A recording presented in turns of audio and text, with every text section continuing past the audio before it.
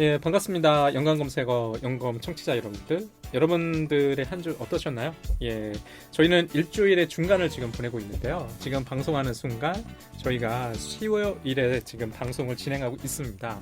아마 이 지금 방송을 듣고 있는 청취자 여러분들이 주 초반이든 주말이든 행복한 주 되셨거나 되셨길 바라고요. 지금 여러분들의 행복을 기원하면서 이번 주 연관검색어 방송을 시작하겠습니다. 자, 오늘 저희가 준비한 주제, 연관검색어 주제는요. 지난주는 저희가 개표방송 2017 국민의 선택을 다뤄봤다면 오늘은 특별하게 어떤 특정한 인물에 대해서 저희 얘기해 보려고 합니다. 오늘은 PD 나영석에 대해서 얘기해 보려고 하는데요. 나영석 PD에 대해서는 누구나 알고 있고 지금쯤이면 예능 프로그램에서 가장 핫한 사람 아닐까? 인물 아닐까 이제 그런 생각이 듭니다. 네. 뭐 1박 2일, 인간의 조건, 꽃보다 할매, 꽃보다 누나, 꽃보다 청춘, 삼시세끼, 어촌편, 고창편, 신서유기, 신혼일기, 윤식당에 이르기까지. 아, 정말 히트작 많네요. 지금 이제 여러 개 해보니까. 자, 이 지금 키워드를 추천하신 분이 있죠. 우리 제이님께서 이제 추천을 하셨어요. 일단은 제이님의 이제 얘기를 한번 들어보면서, 도대체 이렇게 PD 나영석이 핫한 이유가 뭘까부터 얘기를 좀 풀어가 보려고 해요. 사실상 저는 나영석 PD의 예능 프로그램 많이 안 봤고 거의 처음이다 싶을 정도 이거 해가지고 윤식당을 본 거였거든요. 근데 이분을 제가 얘기를 가져온 거는 요즘에 조금 이슈되는 게 이번에 새로운 예능을 하시겠다고 알아두면 쓸데없는 신비한 잡학사전이라는 거를 줄임말로 알쓸신자 이라고 너무 어려운데요. 발음도 안 돼요. 이게 인문학적으로 세상의 이런저런 이야기를 이야기해보자는 기획인데 이게 논란이 됐던 게 지된 널리압이라고 팟캐스타. 저희처럼 팟캐스트 하는 지식을 넓게 뭐 알자 약간 이거를 따라했다는, 그러니까 물론 방송은 아직 온에어 되지 않아가지고 모르겠지만 그것 때문에 논란이 돼가지고 그냥 저희가 팟캐스트 그래도 하는 사람들이고 그리고 저번에 김태호 PD도 얘기를 했으니까 얘기하면 좋겠다라는 생각이 들어가지고 나영석 PD에 대해서 얘기하면 좋을 것 같다는 생각이 들어서 이렇게 제가 제안해 봤습니다. 갑자기 궁금증이 생기네요. 지금 나영석 PD가 준비하고 있고 곧 런칭하게 될 그 프로그램에 그 잡학사전이라고 그냥 통칭하죠. 그 잡학사전. 어떤 셀럽들이 나오나요? 근데 저는 알쓸신잡이라는 용어로 또 나영석이 만든 거잖아요. 전 그게 되게 중요한 것 같아요. 그게 진짜 지대널렵처럼 단어를 따가지고 이상한 단어를 만든 거잖아요. 그래서 저는 알쓸신잡이라고 말해야 될 것 같아요. 그래요? 뭐라고요? 다시 한번 얘기. 알쓸신잡. 알쓸신잡. 중국어. 알쓸신잡. 아, 쓴잡이 아니라 신잡. 신비한 잡학사전. 알쓸신잡. 어학당 아니죠 여기? 너무 웃기네요. 제가 말하면서도. 저는 사실 그 방송에 대한 런칭 그 예고를 봤거든요. 아까 이제 제가 제이님께서 말했던 것처럼 유시민 씨가 나오고 소설가 김영하 씨, 또 누가 나오죠? 유희열 씨, 홍교익 씨, 정재승 교수님. 맞다. 그 카이스트 정재승 선생님도 나와서 같은 자리에서 모이기 굉장히 힘든 조합이 그쵸, 만났구나. 게다가 이분들이 각자의 영역에서 좀 인지도가 있고 요즘에 특히 핫하잖아요. 이분들 판타스틱 4인가요? 5인가요? 유희열 씨는 뭐 MC니까 판타스틱 4를 어떻게 모았지? 그것이 좀 궁금했고요. 저는 한번 볼 것 같아요. 물론 이제 지금 말씀하셨던 것처럼 아까 팟캐스트를 차용한 거 아니냐라는 조금 뭐 질문 내지는 뭐 그런 비난이 있을 수 있는데 그런 컨셉은 엄청 많긴 하거든요. 저 요새 많아지고 있는 추세긴 하죠. 나영석 PD의 문제는 이게 처음이 아니라는 거야. 그러니까 윤식당도 카모메 식당 같은 거를 만들고 싶다고 본인이 말하기도 했고 삼시세끼 같은 거는 리틀 포레스트를 따라한 듯한, 그러니까 물론 예능으로 바뀌니까 이게 영화에서 예능으로 바뀌니까 소재는 같을 수 있어도 완전히 달라지긴 했는데 이런 식으로 그 전부터 계속 그런 느낌이 있어가지고 사람들이 너무 윤리적인 생각을 안 하는 사람 아니냐 약간 이런 논란이 항상 새 프로그램 런칭할 때보다 생기는 것 같아요. 그러니까 표절 시비죠. 그러니까 근데 저는 그렇게 생각하거든요. 솔직한 면이 있는 것 같아요. 내가 이 프로그램 만들었는데 뭘 생각하고 차용했어 라고 공개적으로 얘기하잖아요. 거기에 대해서 본인은 표절이라고 생각하지 않는 거죠. 그게 뭐 자신감일 수도 있고 나는 적어도 이렇게 몰래 베끼진 않아 라고 저는 선언한다는 느낌이거든요. 그리고 사실 저는 그걸 표절이라고 보기엔 좀 힘들지 않나라는 생각해요. 그냥 내가 가령 아까 윤식당이 요즘 최근에 끝났잖아요. 저도 윤식당 몇 번 봤거든요. 저는 항상 나영석 PD의 그 작품이죠. 예능 프로그램을 보긴 보는데 꾸준히 안 봐. 초반에 몇 번 보다가 워낙 재방송을 많이 하니까 맞아, 그냥 맞아. 틀어놔 라디오처럼 그런 식으로만 소비를 좀 해요. 그래서 이번에 들어가는 그 알쓸 신잡 프로그램도 그럴 것 같아. 약간 짤방처럼 볼 것 같은 느낌이에요. 어떠세요, 여름님은? 저 같은 경우에는 저 예능 진짜 좋아해서 저 아까 쭉 열거해주셨잖아요. 세미님이 나영석 PD.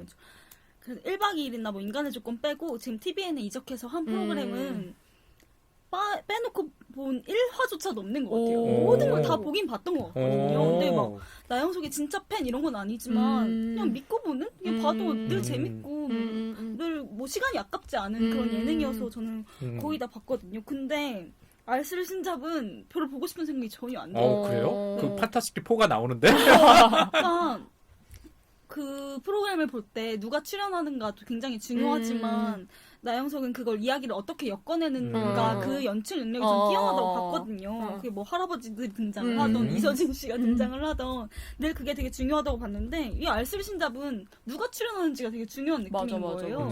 그 특히 지대널력 같은 경우에는 그분들 네 분들이 오랫동안 방송을 하셨잖아요. 그분들이 이미 막 케미가 막 살아가지고 다 구축되어 있고 팬층이 있고 그리고 또 대한 매체 같은 느낌이잖아요. 맞아, 근데 맞아. 이걸 메이저 방송사에서 차용을 했는데 이들의 케미스트리 없이 그냥 네 명의 유명인들 뭐 이 사람들이 여행을 하면서 또 케미를 만들긴 하겠지만 좀 다른 이전의 프로그램이랑 좀 다른 것 같아요.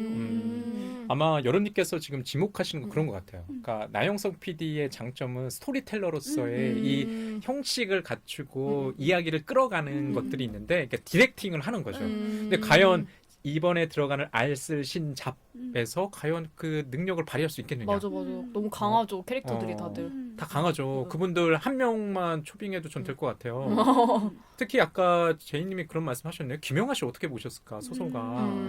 잘 예능 프로그램에 나오는 작가는 아니잖아요. 오히려 저는 강신주 씨나 이런 사람 나올 것 같은데. 맞아. 그러네. 강신주 씨는 좀 너무 좋아하실 것 같은데 너무 좋아하실 것 같은데 그래 너무 좀 한물 간다 이제. 그런데 오히려 김영하 씨가 나왔다는 것도 굉장히 좀 독특했어요. 그러니까 소설가 뭐 작가가 다 뭐 거기 등장하는 인물들이 다 작가 자기 책을 가지고 있죠. 뭐 김영하 씨야 말할 것도 없고 유시민 씨도 뭐 작가로 소개가 되시고. 황교익 씨도 이제 글을 쓰시잖아요. 물론 이제 방송 출연 많이 하시지만 그다음에 또 누구라고 했죠? 정재승. 정재승 선생님 뭐 학교에 있으면서 이제 글을 쓰시니까 기본적인 베이스는 이제 작가라는 베이스를 공통적으로 가지고 있고 자기 분야의 전문가라고 할 수 있을 것 같거든요. 근데 그 조합이 나는 궁금하다고 생각했는데 오히려 여름님은 궁금하지 않아요. 그냥 되게 물론 그분들이 4명이 모여서 여행을 또 하니까 그냥 얘기를 토크쇼가 아니라 맞아. 뭔가 다른 그림이 그려지기도 하겠지만 기대가 되진 않아요. 그분들의 얘기는 다른 데서도 찾아볼 수 있고 분명히. 그러면 여기서 제가 질문 한번 드려보면 좋을 것 같아요. 여기 질문으로 넘어가는 것 같아요. 나영석 PD가 지금까지 했던 프로그램이 성공한 이유 뭐라고 생각하세요? 지금 아마 여름님께서는 살짝 얘기하셨던 것 같아요. 스토리텔러로서 PD로서의 역량이 있다. 그걸 인정하시는 것 같아요. 그게 지금 제이님께서는 말씀하셨을 때 표절에 대한 논란이 있음에도 불구하고 여름님은 그게 더 아이디어를 차용해서 어떻게 뭐 패러디물로 만들든 어떻게 재가공하든 그 능력을 굉장히 사시는 것 같고 PD 나영석에 대해서 혹시 제이님께서는 좀 높게 사는 지점은 없으세요?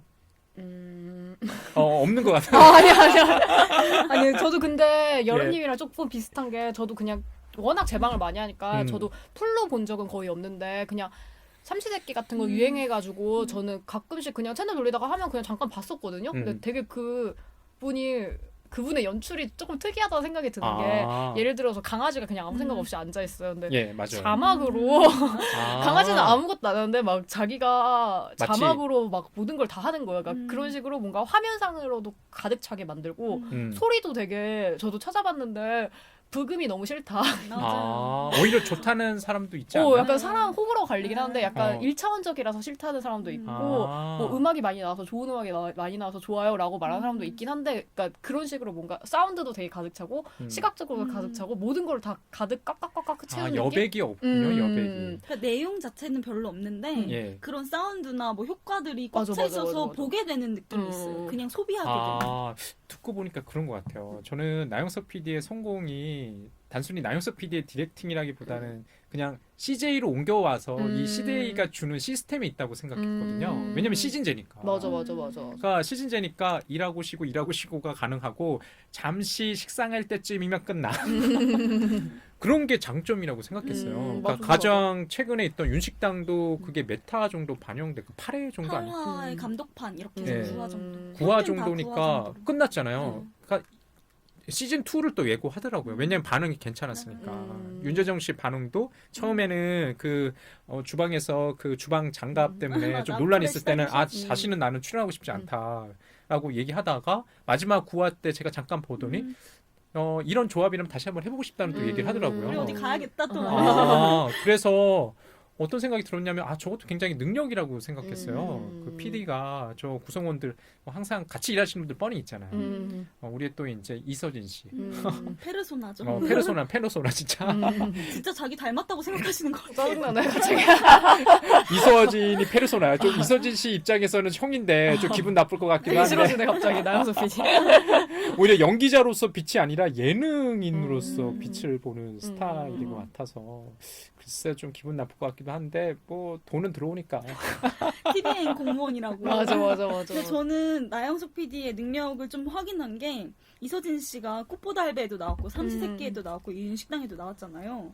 근데 그 새 프로그램마다 이서진 씨의 다른 면을 되게 보게 되는 느낌이 있어요. 꽃보다 할배 때는 할아버지들 이렇게 모시는 그런 모습과 나영석이 막 짜증내는 모습이 교차하면서 되게 웃음을 냈고 삼시세끼에서는 되게 툴툴거리면서 진짜 열심히 하는 그런 느낌이 있고 손님을 그래도 대접하는 그런 느낌이어서 근데 윤식당은 전혀 그런 게 없는데 자기가 즐거워서 뭔가를 하는 거예요. 그런 새 모습이 있어서 이서진이 특히 윤식당이 방송되면서 엄청 긍정적인 평을 받았어요. 이렇게 불평불만하는 모습이 삭제되고 이 사람이 이런 사람이었구나 하면서 여자들이 진짜 멋있다. 또 영어 잘하고 막 몸매 드러나는 거 이러니까 그래요? 몸은 지금 안 좋던데 배 나오고. 그래도 그 나이엔 좀 좋은 거 아닌가요? 그렇군요. 자기가 그때 제가 잠깐 봤거든요. 해변에서 이렇게 비치니까 카메라가 야 멀리서 비치라고 아직 운동 전이라고 그러더라고요. 근데 다시 우리 얘기로 돌아가서 아까 제이님이 적절하게 지적하셨던 것 같아요. 그러니까 스토리텔러로서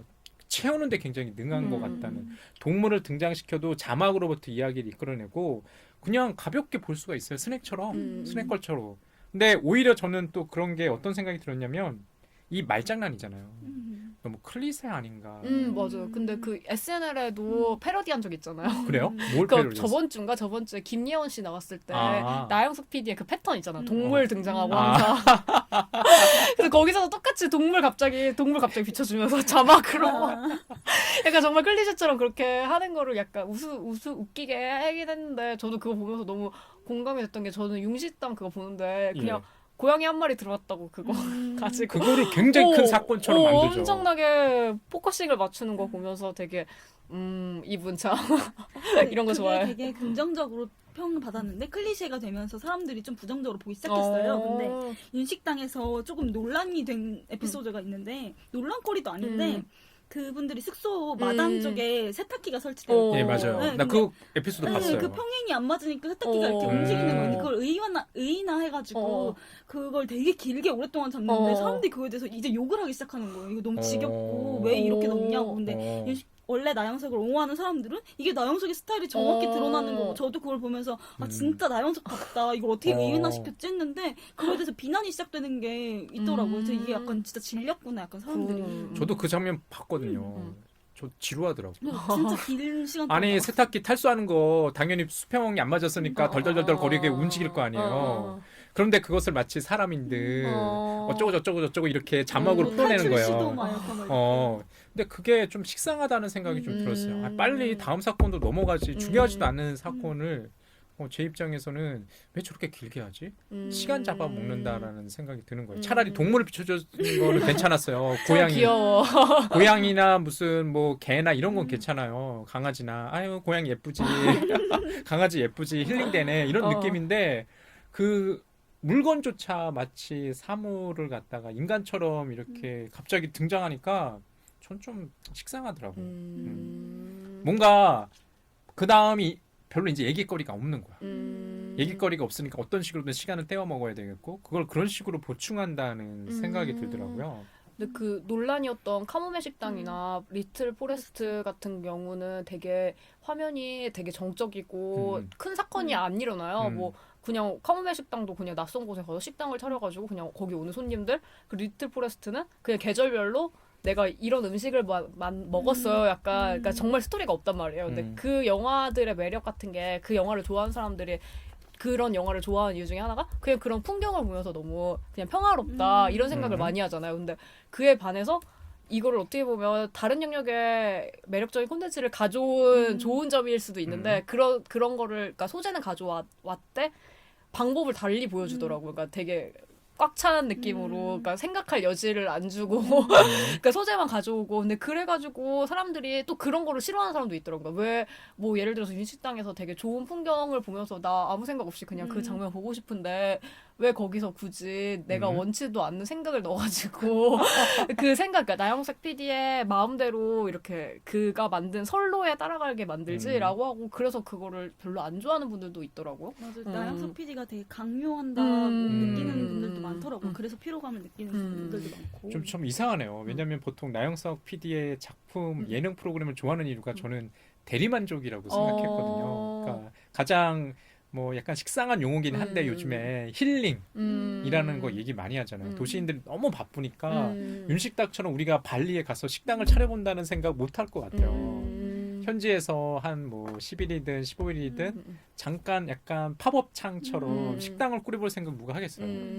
저거 TV니까 예능이니까 할 수 있는 시도라고 생각하고 저기 출연하시는 뭐 신구 선생님이나 아니면 우리 또 윤여정 그 배우나 나는 이서진 씨나 이런 분들도 저분들은 정말 저 일한다고 왔을까라는 생각을 좀 들기도 하거든요. 이서진 씨 아까 표정 밝다고 했잖아요. 자기 해외여행 너무 좋아해.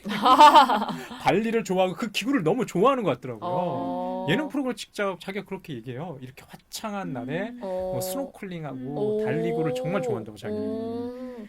그러니까 케미가 잘 맞는다는 생각이 드는 거예요. 이 나영석 PD랑 이서진 씨랑 투덜거리는 걸 진짜 삼시세끼처럼 정말 땀 흘려서 농사 짓고 이런 거 정말 싫어하는 거지. 그때는 이제 그 사람의 표정이 막 더 잠피는 거고 오히려 발리 가서는 여행지에서 이방인의 느낌이 나더라고요. 근데 저는 그래도 나영석 PD가 대단하다고 느끼는 것 중에 하나가 지금 되게 힐링 말씀하셨잖아요. 그런 느낌의 대리만족의 프로그램을 하면서도 원래 나영석 PD가 히트하고 스타 PD가 된 건 1박 2일이잖아요. 맞아. 근데 1박 2일도 여행이라는 맞아, 게 맞아, 나오지만 맞아. 그건 대리만족의 느낌이 아니었잖아요. 맞아. 복불복 누가 하고 싶어. 맞아. 누가 고통스러웠어. 거기 가서 야외 취침하고 밥 굶고 싶겠어요. 근데 그걸로 우선 성공을 했는데 그게 잘 먹히는 걸 알고 있고 그 캐릭터가 거의 그 방송도 엄청 오랫동안 했잖아요. 시즌 1이 종결되기 전까진. 그래서 캐릭터가 구축되어 있는데 그걸 또 TVN으로 이적해서 그 캐릭터를 그대로 끌어와서 몇 년 만에 신서유기를 런칭했는데 그것도 1박 2일은 같은 맥을 하고 있잖아요. 그것도 대리만족 여행이긴 하지만 대리만족보다는 복불복이랑 비슷하거든요. 막. 맞아요. 네, 술 먹여놓고 인터스텔라 그러네. 보면서 자지 마라. 막 이렇게도 하고 서로 막 뭐 때리는 거 참고 막 약간 이런 식이잖아요. 그러니까 자기가 사람들이 어떤 걸 좋아하는지 그 이중성을 잘 알고 있는 것 같아요. 그래서 신서유기를 계속해서 고집하고 있고 그게 처음엔 웹예능이었지만 다시 이제 TV에서만 방송하잖아요. 맞아. 지금 또 시즌 4 한다고 하는데 그걸 잘 조율할 줄 아는 감독인 것 같아요. 저는 오히려 KBS에서의 나영석은 잘 생각이 안 나거든요. 1박 2일은 나영석의 색깔이 드러났다기보다는 그때 진행하던 그냥 강호동 씨의 일종의 그 원맨쇼라고 저는 생각을 해서 별로 안 좋아했어요. 그냥 뭐 그 국내 여러 명소나 이런 데를 갔다가 1박 2일 동안 가본다. 고생하는 프로그램이구나. 정도 게 체험이라고 생각하지 않았거든요. 맞아. 오히려 저는 KBS에 있었을 때 인간의 조건이 더 인상적이었어요. 그 인간의 조건이라고 해서 뭐 없이 살기 뭐 이런 거 있었잖아요. 맞아.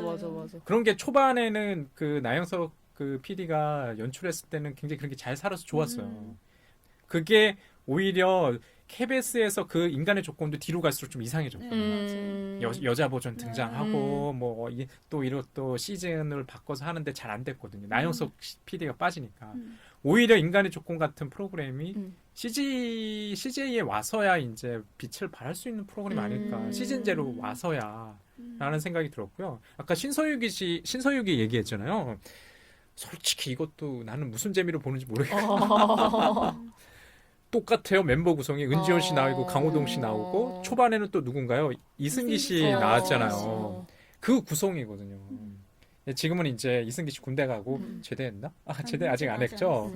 안 했지만은 그 구성이었어요. 그래서 좀 뭐랄까 자기 복제가 심한 거 아닌가라는 생각도 좀 들었거든요. 근데 그게 1박 2일이 아무래도 국민 예능이어서 향수가 심했어요. 그리고 그냥 프로그램이 폐지가 됐으면 향수가 덜했을 텐데 시즌 2, 3에서 멤버만 바뀌고 프로그램이 망하니까 그 멤버 구성 자체를 보고 싶어하는 거예요. 그래서 그냥 무한도전 프로그램이 그 멤버 구성 때문에 인기가 있듯이 그 신서유기도 그 멤버 구성이 인기를 끌게 된 요인인 것 같아요. 맞아. 그리고 그게 인터넷 예능이라서 자극적이고 못할 말 하고 약간. 그럼 그게 TV 버전과 인터넷 버전 달라요? 그게 처음에는 웹용으로만 나왔다가 그게 인기가 끄니까 TV로 나오기 시작했어요. 그게 10분 클립으로 6개였는데 그걸 합쳐서 그래서 뭐 PPL 부분이라던가 이런 게 조금 삭제된 상태로 나왔는데 지금은 아예 TV 버전으로만 3부터는 TV 버전으로만 나오거든요. 그래서 그런 게 아예 다 없어졌죠. 저는 이제 웹 버전 같은 경우가 욕설 아까 말씀하셔가지고 그게 과감 없이 나오나라는 생각도 했거든요. 근데 그렇게까지는 안 했을 것 같긴 해요. 왜냐하면 거기 출연하는 출연자들이 다 TV랑 동시에 활동하는 사람들이기 때문에 그게 논란이 될 수 있죠. 맞아. 욕설이나 좀 과격한 언사가 수용 가능한 정도를 넘어서면 아마 그분들 활동하는데 지장이 있으니까 맞아. 그랬을 것 같긴 하네요. 지금 이제 계속 PD 나영석에 대해서 얘기하고 있는데 아마 이제 좀 저희가 이야기를 정리를 좀 해야 될 것 같아요. 우리가 이제 크게 두 가지 질문으로부터 저는 이 코너를 좀 생각했거든요. PD 나영석 과연 왜 선곡했을까? 라는 것과 그 다음에 식상한 지점은 없을까? 아마 주로 아까 스토리텔러로서의 나영석 PD의 능력도 있고 자막이라든지 이야기를 이끌어가는 능력은 있는데 아까 제이님께서 말씀하셨던 것처럼 너무나 과하다는 느낌? 과장되고 굉장히 식상하다는 느낌도 좀 있는 것 같아요.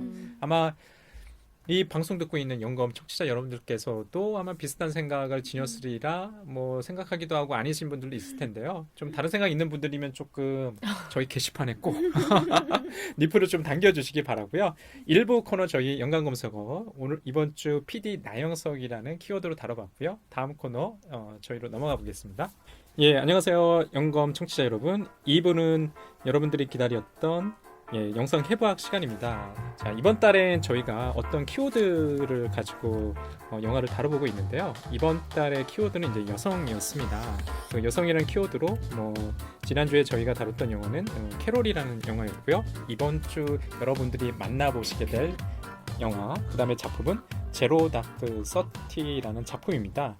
캐서린 비글로우가 감독한 작품이고요. 캐서린 비글로우는 여러분들 아시리라 믿지만 하트로코로 아카데미 영화제에서 이제 여성 최초로 감독상을 수상한 여류 감독이죠. 이 영화는요, 제시카 차스테인, 그 다음에 제인스 클락, 조엘 에저튼, 카일 챈들러가 이제 출연한 작품이고요.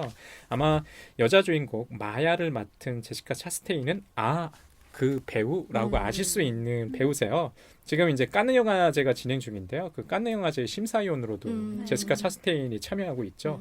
아마 여러 영화에서 그 제시카 차스테인의 마른 굉장히 그 얼굴을 마주했었을 것 같은데요. 이 제로 다크 서티는 마야라는 인물을 중심으로 해서 빈 라덴이라는 테러리스트를 쫓는 10년간의 행적을 쫓는 영화이거든요. 일단 이 영화를 어떻게 풀어가볼까? 자, 우선은 이 영화를 추천하신 제이님의 얘기를 갖다가 먼저 들어보면서 출발했으면 좋을 것 같아요. 일단은 가볍게라도 이야기 정리하실 수 있을까요? 네, 알겠습니다.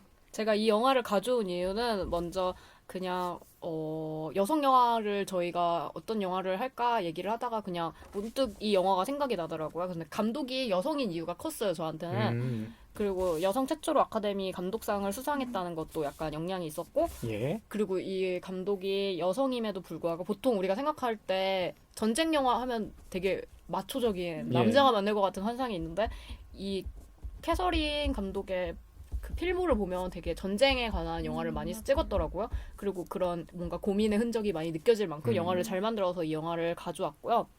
제가 그냥 간단히 제로 다크 서티에 대한 줄거리를 설명해 드리도록 하겠습니다. 먼저 말씀하신 것처럼 9.11 테러 당시부터 영화가 시작을 합니다. 그때 사건에 있었던 목소리, 그러니까 그때 생존자인지 뭔지는 저도 잘 모르겠어요. 아무튼 그 현장에 있었던 목소리가 암흑에서 나오면서 영화가 시작을 하는데요. 그리고 다음에 이어지는 거는 파키스탄에서 고문하는 장면이 이어져 나옵니다. 그래서 사우디 테러 집단 정보원을 고문하면서 빌라덴의 측근에 관한 정보를 얻기 위해서 고군분투하는 주인공인 CIA의 요원 마야, 제시카 차스테인이 나오는데요.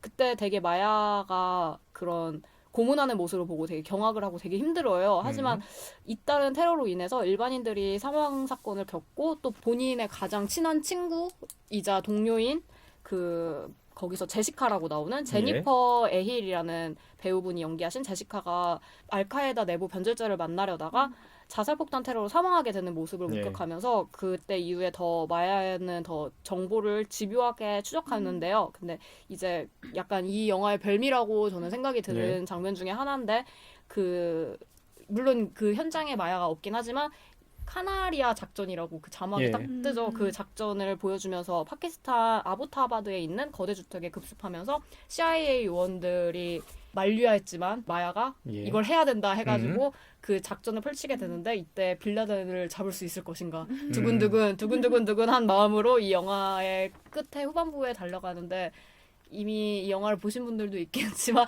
이미 사실로는 빌라덴이 잡혔기 때문에 잡힌 장면이 나와서 그런 식으로 영화가 진행을 되는데 되게 흥미진진한 전쟁 영화. 저도 이제 이 영화를 여성이라는 키워드로 제이님께서 추천하셨을 때 영화를 이제 어제 마지막에 봤거든요. 이 영화 굉장히 러닝타임 길어요. 그렇죠? 2시간 40분 정도 되고요. 그에 비해 속도감이 굉장히 빠릅니다. 예, 특히 이제 역사적인 사실을 다뤘고 이게 마야라는 인물을 중심으로 해서 이야기가 펼쳐지는데 10년간의 시간을 갖다가 쫓아가는데 굉장히 많이 챕터가 나오잖아요. 장들이 나오고요. 특정한 역사적인 시간과 장소를 갖다가 계속해서 이제 훑어가면서 장소와 시간을 가면서 쫓아가기 때문에 굉장히 스피디하다고 보실 수 있을 것 같아요. 우리 이제 제이님께서 이제 이야기를 잘 풀어주셨는데요. 여론님께서는 일단 이 영화 어떻게 보셨어요? 인상이? 저는 이 영화 제이님이 추천하셨잖아요. 예. 제이님이 추천하실 만한 영화다. 생각한 게 제이님이 말씀하시거든요. 예. 영화 취향이 뭔가 하나를 위해 달려가는 그런 영화 되게 좋아하신다고. 집요한 영화 좋아해요. 맞아요. 2시간 40분 내내 집요해요. 10년 동안 집요하잖아요. 그래서 이건 정말 제이님 취향적인 영화다라고 생각을 했고 이 영화를 보면서 여성이 주인공이기도 하고 또 여성 영화 감독이 연출을 했으니까 이 영화를 이끌어가는 두 여자들 약간 이런 식으로 많이 평을 받더라고요. 근데 저는 완전히 동의할 수는 없었던 것 같아요. 맞아요. 분명히 이 여자 캐릭터가 시스템에서 배제된 듯한 느낌도 나오고 처음에 약간 약자처럼 나오지만 거기서 적응해서 변화하고 그래서 약간 병기처럼 이렇게 또 변화하는 모습이 나오긴 하지만 이게 꼭 여성 영화라고 평을 받지 않아도 될 만한 영화다라는 생각이 되게 많이 들더라고요. 여론님 말을 조금 잇자면 저도 이제 그런 생각했거든요. 제시카 차스테인이 맡은 마야라는 인물이 꼭 여성이었을까? 남성이어도 전혀 무리가 없는 영화처럼 보였어요, 처음에. 그런데 이 영화가 실존 인물이나 이 작전과 관련된 여러 실존 인물들을 다루고 있거든요. 그러기다 보니까 제가 알기로는 주인공 마야의 실존 인물들이 CIA에 관련된 인물들이 있다고 하더라고요. 그 밖에 이 여러 작전에 투입된 인물들이 현직에 있기 때문에 여러 캐릭터들이 변주되긴 했지만 현실 세계에 그 사람들이 있는 거죠. 그런 면에서 꼭 여성이어야 했을까라는 질문에 대해서는 여성이어야 될 이유는 그 현실적인 이유가 모델이 있으니까 첫 번째는 있었던 것 같고 저는 먼저 이렇게 좀 질문해 보고 싶어요. 캐서린 비글로우를 얘기 안 할 수가 없을 것 같아요. 아까 제이님께서 말씀하셨다시피 여성 감독으로서 최초의 아카데미 영화제 감독상을 수상했고 그 작품이 하트로커였거든요. 2010년도에. 그리고 이 작품으로 작품상과 감독상을 동시에 수상했기 때문에 사람들이 많이 이 감독에 대해서 얘기를 했어요. 굉장히 저는 재능 있고 역량 있는 감독이라고 생각하는데 제가 이 감독의 작품이 생각나는 거는 폭풍 속으로예요. 이 영화 속에서 주인공이었던 게 제가 기억하기로는 키아누 리브스? 그 다음에 지금은 고인이 된 누구였죠? 예전에 사랑과 영혼에 나왔던 그 남자 주인공 패트릭 스웨이지가 나왔어요. 그리고 아마 영화의 말미 쪽에서 그 여기도 어떤 에이전트 요원으로 나오는 키아누 리브스가 그 범인을 쫓아 패트릭 스웨이지를 쫓아서 자기가 직접 폭풍 속으로 그 다이빙에서 그 뭐 서핑보드를 타고 가는 장면이 굉장히 인상적이거든요. 근데 이 영화가 가장 인상적이었는데 하트로코도 그 이후에 보면은 남성적인 영화를 갖다 만들어요. 근데 이 이제 감독이 보시면 사진으로 보시면 알겠지만 굉장히 키도 크시고 186 정도의 키에 여성인 듯 남성 같은 이제 이런 향기를 풍기시거든요. 그러니까 나 여성임에도 불구하고 굉장히 남성적인 스타일의 주제를 잘 다룬다는 생각이 좀 들었어요. 이 영화도 좀 그런 것 같아요. 그래서 그랬고 그 다음에 좀 물어보고 싶습니다. 뭐 다른 비글로의 다른 작품 보신 적 있어요? 제이님이나 연님? 저는 허트로커 봤는데 진짜 많이 잤어요. 진짜 봤다고 할 수 없을 정도로 정말 잠만 자다가 나온 느낌으로. 그래서 이걸로 영화를 감독상을 받았다 그래서 이 감독 저는 근데 원래 이런 전쟁물도 그렇고 액션물 나오면 진짜 잠 잘 자거든요. 안 좋아해. 정말 막 그런 거 가디언 오브 갤럭시 그거 볼 때도 진짜 자거든요. 아바타 볼 때도 자요. 아바타 볼 때 막 자요. 특히 막 크게 싸울 때 그래서 이 허트로커도 그래가지고 잔 거 같은데 유일하게 이 영화가 러닝타임이 진짜 긴데도 제가 이 영화를 정말 몰입해서 봤거든요. 그러니까 물론 엄청 이 영화를 찬양하고 엄청 좋아할 정도는 아니었는데 되게 그냥 그런 지점에서 저한테 되게 특이한 경험을 했던 영화라서. 그러시구나. 이게 여담이지만 이게 2010년도 하트로코가 이제 개봉되고 아카데미 영화제에서 이제 수상할 때 이게 경쟁 작품들이 좀 있거든요. 아바타였죠. 아바타였죠. 그런데 아바타가 왜 희자가 됐냐면 캐서린 비글로의 전 남편이 네. 제임스 카메론이었기 때문에 맞아. 남편을 제치고 맞아. 그래서 이제 전 남편이긴 하지만 그래서 희자가 됐다고 하고 하트로코도 제가 생각나는 게요. 그 포스터에 그 부제가 제가 좀 그 카피 문구가 생각나요. What is a drug이라고 이렇게 돼 있더라고요. 실제로 이제 마지막에 주인공이 그 전쟁이 주는 어떤 이런 쫄깃한 긴장감 때문에 다시 또 전쟁터로 돌아가잖아요. 그러니까 전쟁이 정말 약 같은 거죠. 마약 같은. 그래서 좀 그게 굉장히 좀 인상 깊었던 것 같아요. 그러니까 제이님께서 말씀하셨던 것처럼 하트로코가 좀 지루한 면이 좀 있거든요. 그러니까 폭발물을 해체하는 굉장히 남성적이면서 마초적인 영화인데 그 심리를 굉장히 잘 표현하지 않았나라는 생각들을 했어요. 생각보다 근데 이 영화는 되게 뭐라고 하지? 그 감정선이 없지 않나요? 그러니까 뭐 예를 들어서 그 마야가 고문하는 장면을 되게 힘들어하잖아요 처음에. 근데 그거를 극복하는 모습을 보여준다던가. 그런 게 다 감정이 다 배제되어 있는데 근데 이 영화를 찾아보시면 알겠지만, 그러니까 그런 블로그에 리뷰 같은 거 쓰신 분들이 이런 식으로 말해요. 그러니까 여성 감독이라서 그런지 뭔가 지루했다. 약간 이런. 그러니까 왜냐면 여성 감독이기 때문에 이런 감정선이라고 생각을 하고 되게 루즈한 장면이 많다고 본인들이 생각하시는 것 같아요. 저는 오히려 어떻게 생각했냐면 건조해서 좋지 않나라는 생각을 했어요. 일종의 다큐멘터리 늑보를 갖다가 보여주는 것처럼 제시카 차스테인 얼굴이 보면 원래 그 배우가 굉장히 얼굴이 건조하잖아요. 맞아. 몹시 건성일실 거죠. 우리가 사실 그 제시카 차스테인이 나온 영화를 다뤘어요. 그 저번에 초반에 테이크 셀터였나? 맞아. 거기도 이제 여자 주인공으로서 남편의 이제 부인 역할로 나오잖아요. 근데 제시카 차스테인 항상 볼 때마다 밀랍 인형 같다는 생각 많이 들었거든요. 하얗셔서. 제가 진짜 좋아하는 얼굴이에요. 그래요? 그렇게 생기고 싶어요. 그래요? 저는 뭐 이렇게 제가 좋아하는 얼굴 아닌데. 그 오히려 그 고문 장면 얘기하셨는데 영화를 볼 때 가장 거북한 장면 고문 장면이거든요. 맞아. 왜냐면 이제 초반에 제시카 차스테인이 CIA 요원으로서 파견이 됐어요. 파키스탄에 파견이 됐는데 이 영화가 그 고문 장면이 이제 사우디 그룹이라는 챕터 장에서 이제 고문 장면이 펼쳐지는데요. 처음에는 선배라고 해서 남성 요원만 얼굴을 드러내요. 그런데 고문을 한번 겪고 나서는 본인도 얼굴을 벗죠. 복면을 벗어요. 왜냐면 복면을 쓰는 이유가 혹시라도 신분이 탄로나서 테러를 갖다가 당할까 그 이유 때문에 그런 건데 제시카 타튼의 이제 얼굴을 등장시키거든요. 그래서 그때 지금 생각해보면 굉장히 놀라운 것 같아요. 이 여성 인물이 여성처럼 느껴지진 않거든요. 그러니까 감정의 표정에 이런 고조가 없고요. 그 고조를 느끼실 수 있는 거는 마지막에 이 카나리아 작전을 실행할 것이냐 말 것이냐 할 때 계속 국장에 있는 국장실에 이 유리문에 계속 하루, 이틀, 100일 막 쓰잖아요. 그리고 막 두들기잖아요. 그게 이 여성이 인물이 살아있다는 느낌이었어요. 그때 당시에. 그리고 이제 마지막 장면, 이제 오열하는 장면이 있거든요. 그 장면 정도가 저는 이 인물이 드러난다고 생각을 했어요. 좀 얘기를 좀 다시 좀 이어가 봤으면 좋겠어요. 이 고문 장면과 실제로 빈라덴의 그 작전, 살해 장면이 좀 논란이 있을 것 같다는 생각이 들었어요. 그러니까 저 이 영화를 볼 때 제가 만약에 그런 컨텍스트라고 할 수 있는 맥락을 몰랐으면 어땠을까 싶다는 생각하거든요. 오히려 그럼 재미났을 것 같아요. 실제로 이 영화에 대한 평가가 관객들이 비평가들도 그렇고 괜찮아요. 영화 잘 만들었다는 평가예요. 10점 만점에 한 7점, 8점 이렇게 되거든요. 아, 그러면서 다들 이러죠. 빈라덴을 살해했을 때 정말 저렇게 작전을 했겠구나라는 그 현실감, 몰입감들이 있어요. 그럼에도 불구하고 이 영화 굉장히 불편하게 맞아.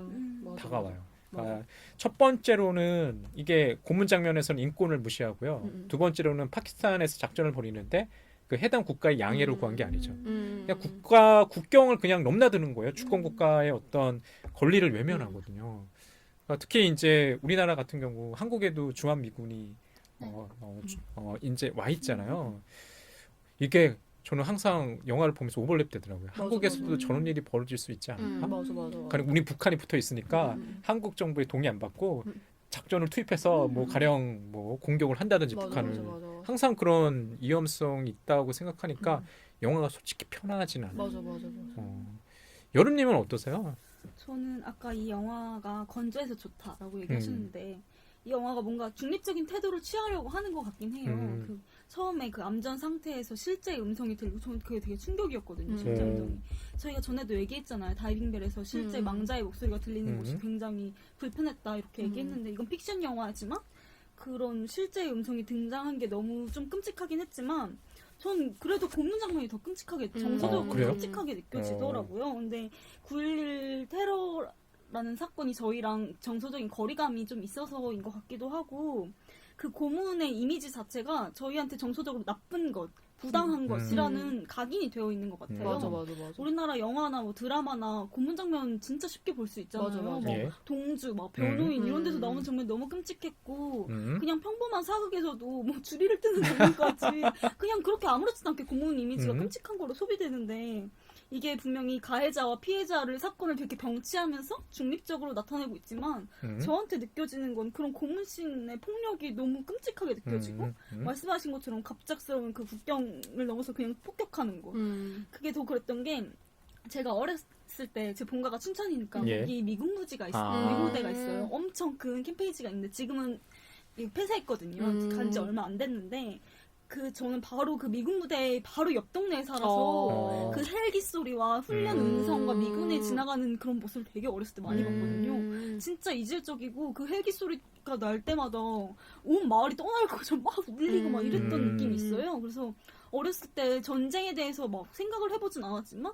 전쟁의 이미지 생각하면 그때의 경험이 생각이 나는 거예요. 근데 이걸 보면서 그때의 경험이 생각나면서 이렇게 정서적으로 되게 불편한 게 자꾸 가해자이지만 그 사람들의 공포가 더 오히려 저한테 와닿는 느낌이 강하더라고요.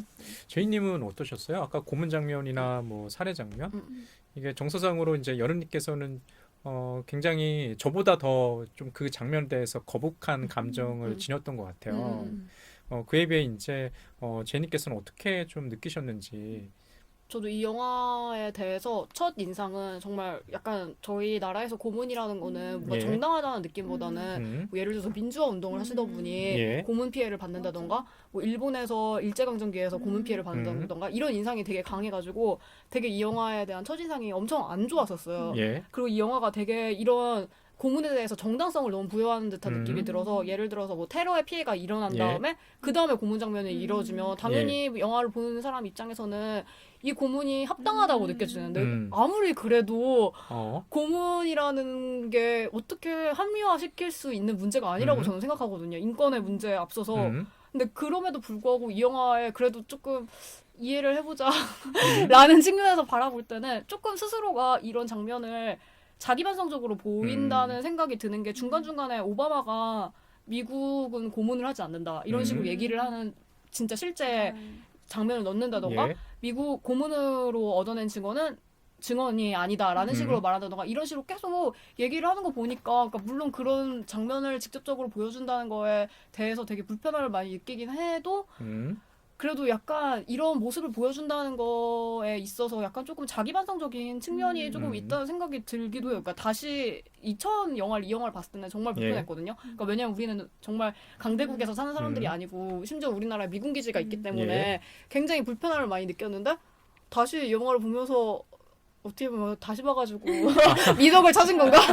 일 수도 있는데 약간 이 감독의 태도를 조금 모호한 것 같아요. 그러니까 이런 고문에 대해서라던가 전쟁에 대해서 태도가 명확하지가 않고 이 주장을 우리한테 강요하는 느낌이 안 드니까 이렇게 보면 또 불편한데 저렇게 보면 또 저 자기 반성인가? 라는 지점이 약간 와닿는 것 같더라고요. 실제로 캐서린 비글로우 인터뷰 장면을 제가 봤거든요. 그러니까 물어보더라고요, 인터뷰가. 이 영화가 논란이 있다. 그런 고문 장면이나 빈라덴을 소탕하는 과정 중에서 그 아이와 여성 앞에서 그 확인 사살하거나 이런 것들을 적나라하게 보여주거든요. 정말 그랬을 것 같다는 느낌이 확 들어요. 그 야간에 이제 그 작전을 수행하면서 그러면서 본인은 그것을 판단을 관객에게 맡기고 싶다라고 말하더라고요.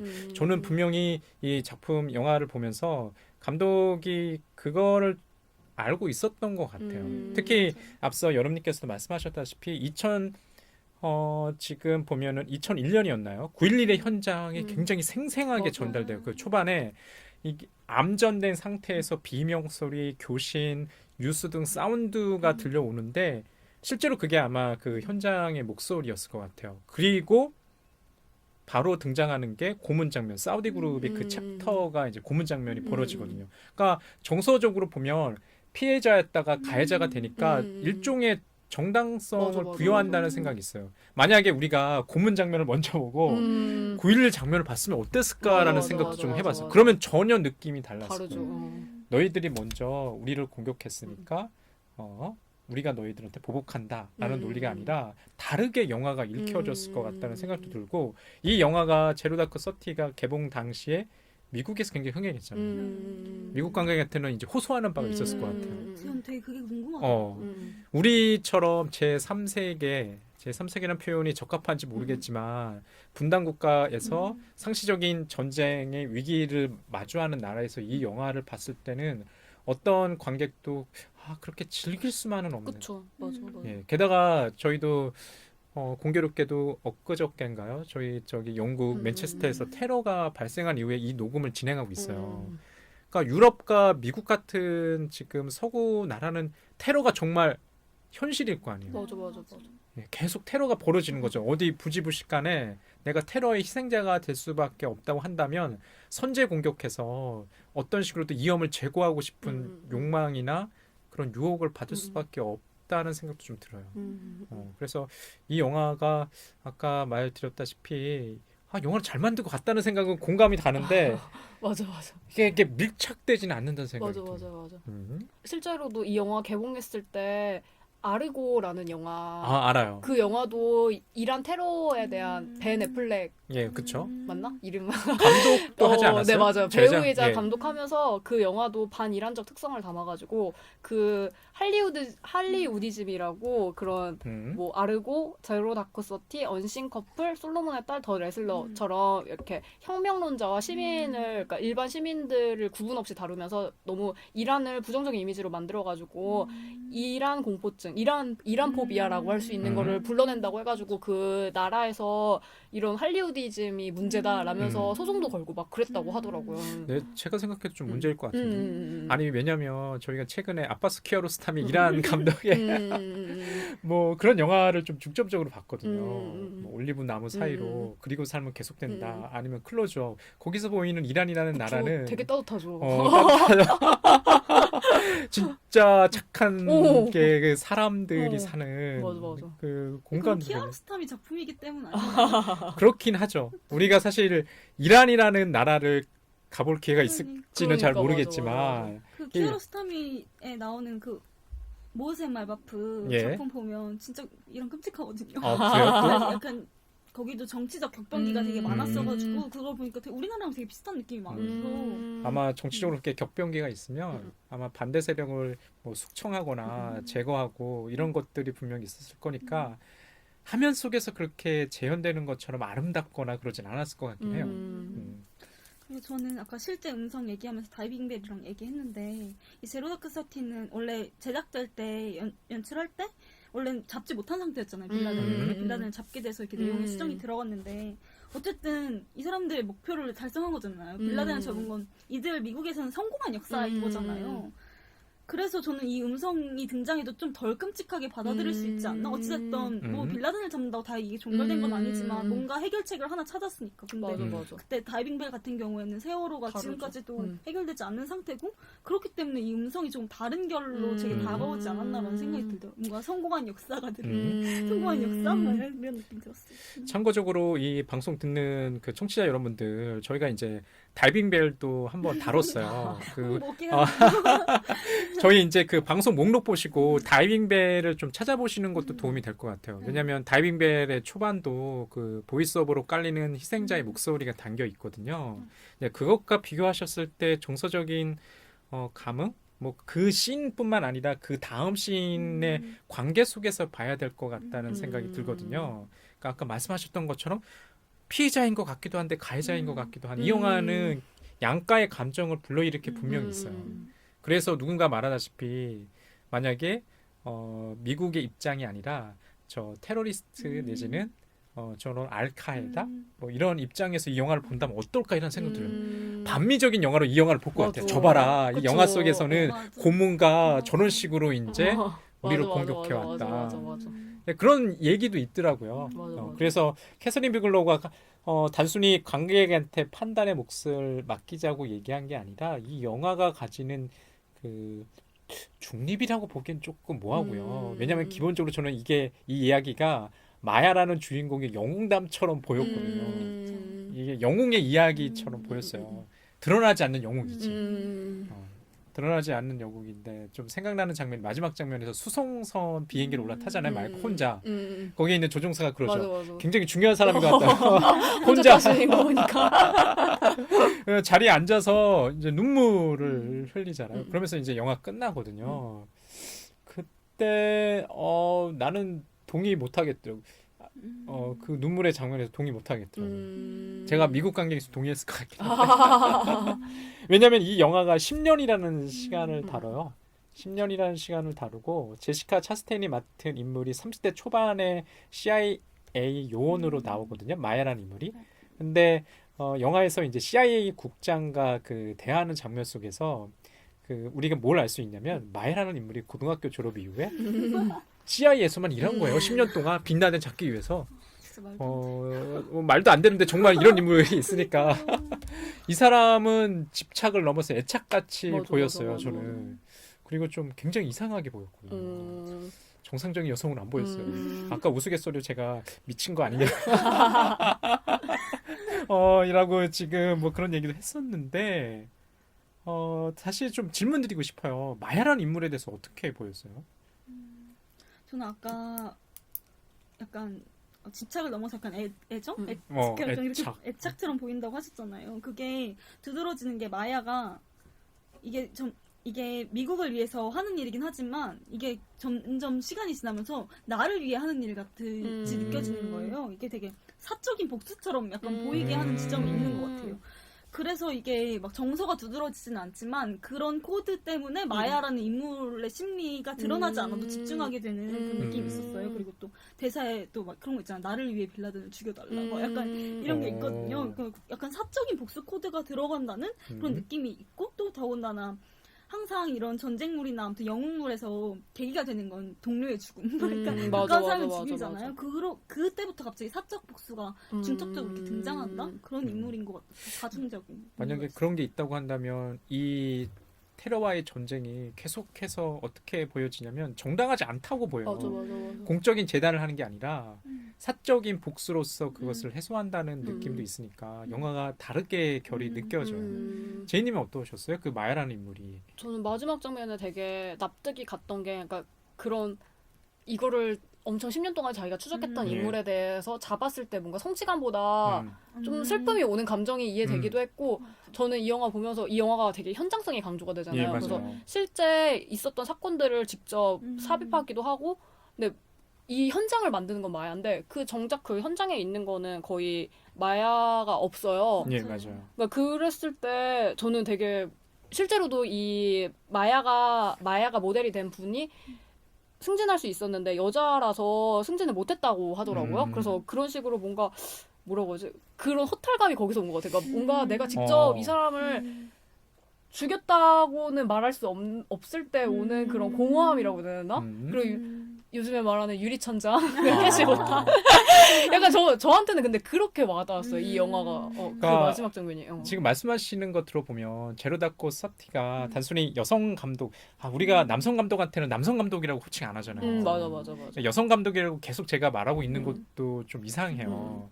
그러니까 여성으로서 캐서린 비글로우가 가지는 스타일도 있지만 이 영화가 만약 우리가 여성 키워드로 묶인다면 왜 묶일까라고 생각해 보면 마야라는 인물의 변화와 지금 뒷이야기 유리천장이라고 말씀하셨던 것이 그러게 보면 이게 여성 영화처럼 보여요. 그러니까 여성 영화가 꼭 뭐 페미니즘 영화가 아니라 여성의 시각과 여성의 어떤 그 뭐 의식이라든지 행동을 보여줄 수 있는 영화. 마야라는 인물은 분명히 이 영화의 수많은 사건의 중심에 있거든요. 아까도 그 여론님께서 말씀하셨던 것처럼 동료를 잃고서 그 다음에 더 정당성이 생기는 거예요. 빛나다를 쫓아야 하는. 근데 그 이전의 장면들이 제가 생각이 나요. 계속 문자 메시지 주고받고 있잖아요. 굉장히 흥분돼 있고 맞아, 작전이 이제 성공하리라 기대했는데 갑자기 테러로 동료를 잃어요. 거기서 오는 충격을 마야의 얼굴은 잘 모르겠거든요. 마야의 얼굴 잘 기억이 안 나거든요.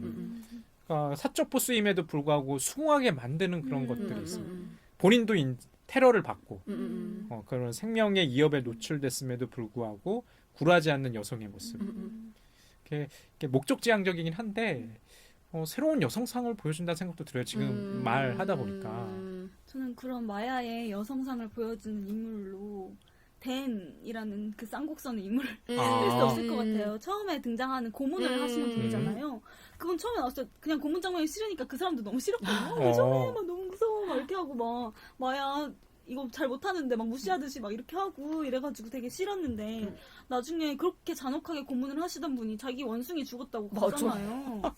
근데 약간 마야가 변하게 되는 시점에 그 사람은 그렇게 변화를 해서 떠나거든요. 그래서 저는 이 둘의 남성과 여성이라는 사람이 이렇게 뭔가 이렇게 쌍곡선을 그리면서 접점을 이루면서 다른 길로 이렇게 나아가는 게 그리고 또 그 사람이 남성이라는 점에서 이 여성의 인물이 새로운 여성의 등장을 더 많이 두드러지게 하는 역할을 하지 않았나라는 생각이 들더라고요. 좀 재밌는 게요. 그 남성 그 상사로 나오는 인물이 철학 박사로 나와요. 맞아. 박사인데. 맞아. 나는 굉장히 이상하게 들리더라고. 아니 철학 박사고 나름대로 이제 어떤 그쵸. 영역에서 이제 전문가잖아요. 전문가를 데려와서 고문을 시키고 있는 거예요. CIA라는 조직에서. 저를 어떻게 이해해야 되지? 알 만큼 알고 배운 만큼 배웠는데 정작 인간을 갖다 고문하고 자신의 원숭이가 떠났을 때는 슬퍼하고 이게 굉장히 부조화스럽다는 생각이 들었어요. 그 인물에 대해서. 그러고 보면 남성 인물들이 잘 그려지지 않아요. 남성 인물들은 하나하나 개인으로 보이지 않고요. 전 집단으로 보이더라고요. 맞아.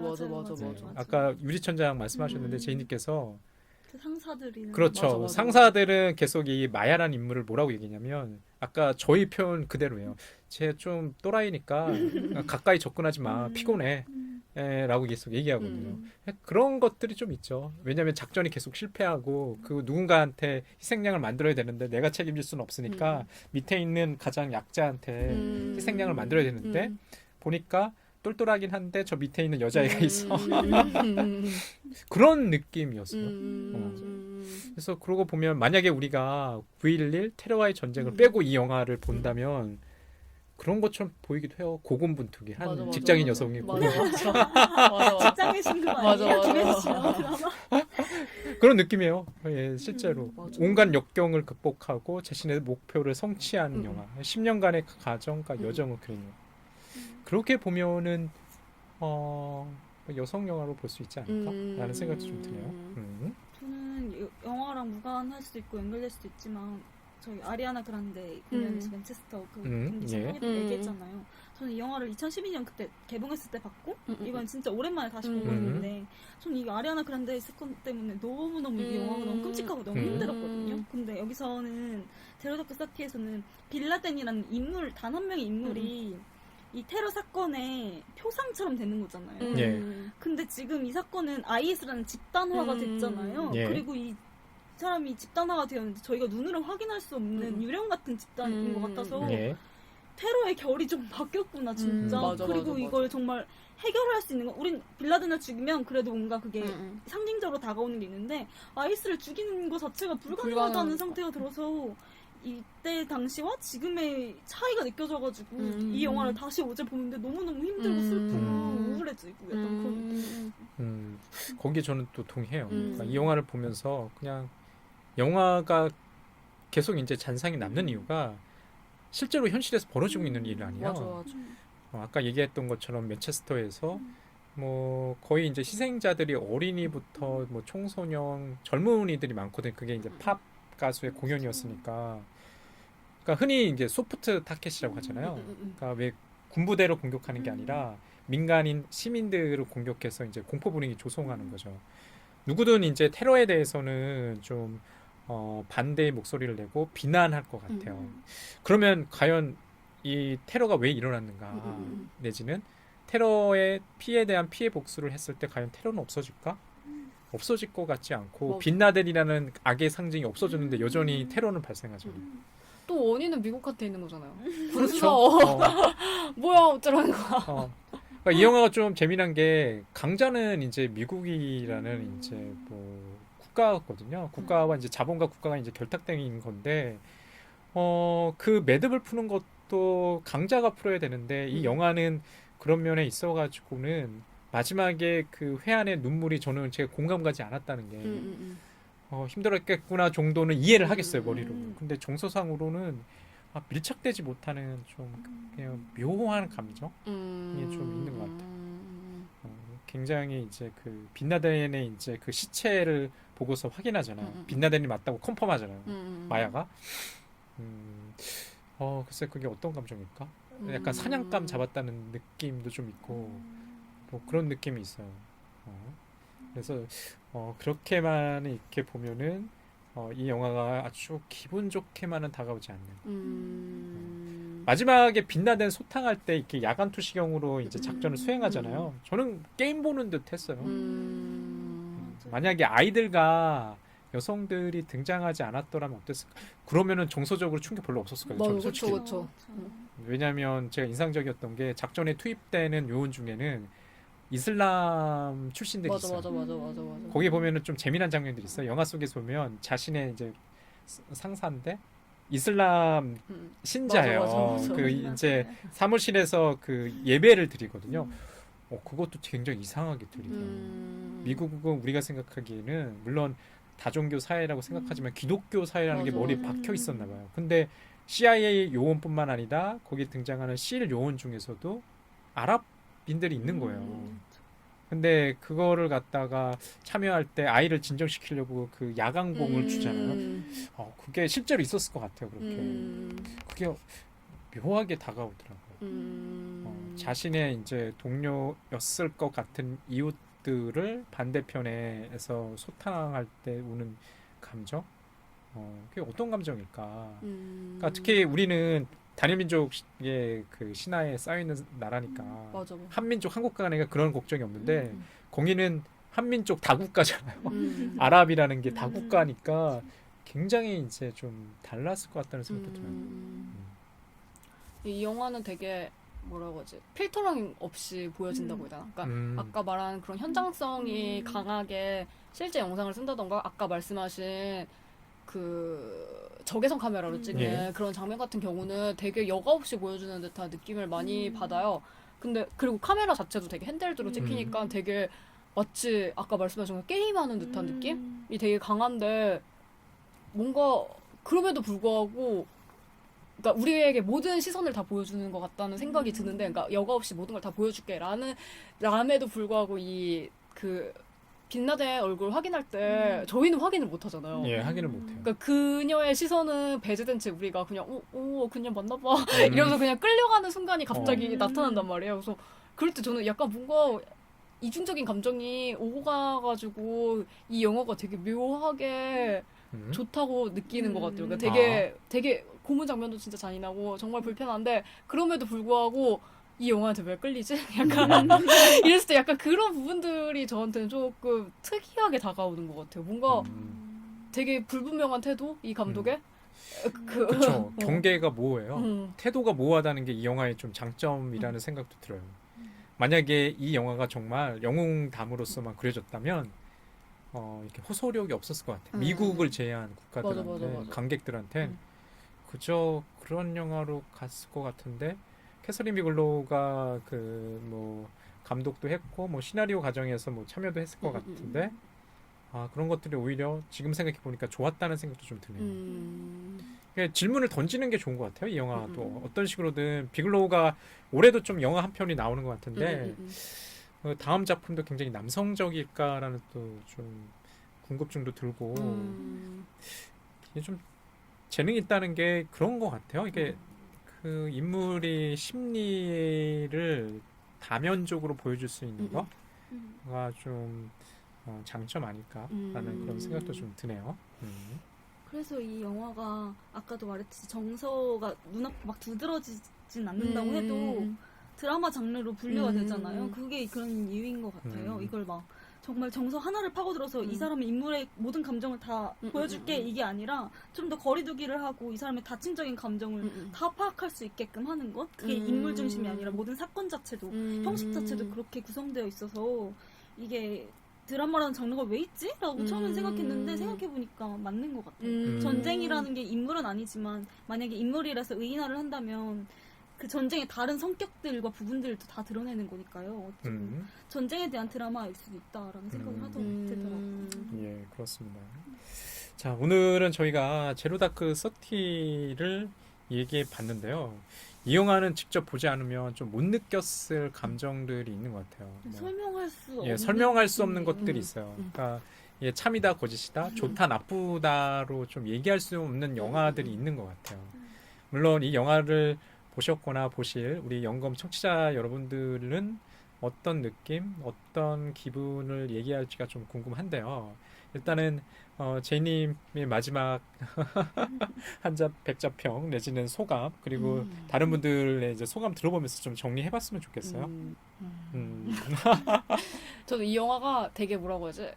여성 영화이긴 한데 되게 여성의 멋있는 모습이 두드러지지 않아가지고 봤으면 좋겠어요. 왜냐면 그냥 우리네 일상에 그냥 지나다니는 사람처럼 그냥 보이기 때문에 그러니까 별로 그렇게 부각되지 않는 느낌? 그러니까 이런 사람이 그냥 한 사람의 구성원으로서 살아가고 있는 사람이 있습니다라고 보여지기 때문에 이 영화가 많은 사람들이 봤으면 좋겠고 물론 이런 윤리적인 문제가 있긴 하지만 그런 모습을 재현했다는 거에 자체 그래도 불구하고 되게 이 영화를 좋아하게 되면 되게 도덕적으로 문제 있는 사람인 것 같다는 생각이 스스로가 들게 하면서 반성하게끔 만드는 약간 이런 이중적인 효과가 있는 영화가 아닐까라는 생각이 저는 듭니다. 예, 우리 제이님 얘기 들어봤고요. 여름님 좀 정리를 할까요? 저는 생각해보면 이 영화를 생각하면 그 마지막에 당연히 마야가 눈물을 흘리는 그 장면과 그 아까 말씀하신 이게 야광봉을 주면서 어린아이를 예. 달래는 장면이 생각나요. 근데 어찌됐든 테러가 아니라 아무튼 빌라덴을 잡기 위해서 거기서 아이들과 여성들을 아무튼 협박하면서 그런 끔찍한 장면이긴 하지만 거기서 야광봉을 하나 건네고 그리고 이 빌라덴을 소탕하고 나서 마야가 눈물을 흘리는 장면에서 그 이후의 일들은 전혀 알 수 없잖아요. 이게 뭐 성공한 역사라고 해도 근데 그 아이에게 야광봉을 줬다는 게 미래를 그 아이에게 준 것 같다는 느낌이 들었어요. 저는 그래서 그 두 이미지가 되게 겹쳐져서 보였고 더군다나 적외선 카메라 그 초록빛 화면에서 전환돼서 야광봉이 또 초록색 빛을 이렇게 준다는 것 자체가 새로운 빛을 너가 다른 빛을 만들었으면 좋겠어요. 약간 이런 느낌이더라고요.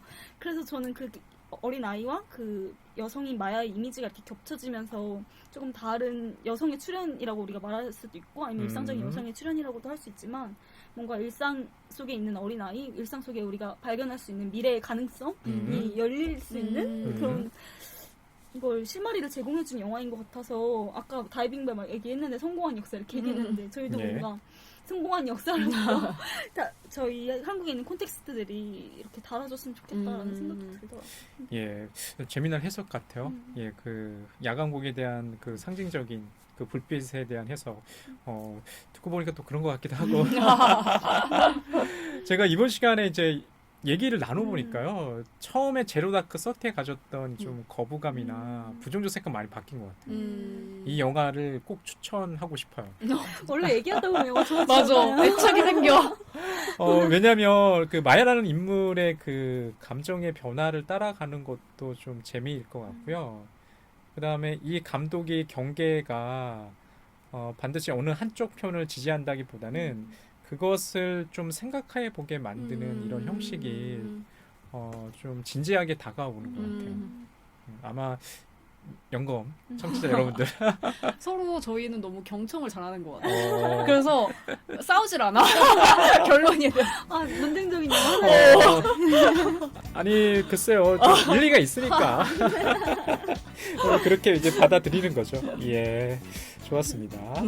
예, 오늘은 저희가 2부 영상 해부학 시간에는 캐서린 비글로우의 제로다크 서티를 다뤄봤습니다. 예, 여기 참여해주신 제이님, 여름님, 예, 감사드리고요. 예, 다음 시간에 저희 또 영검 청취자 여러분들 찾아뵙기로 하겠습니다. 예, 고맙습니다. 감사합니다. 예.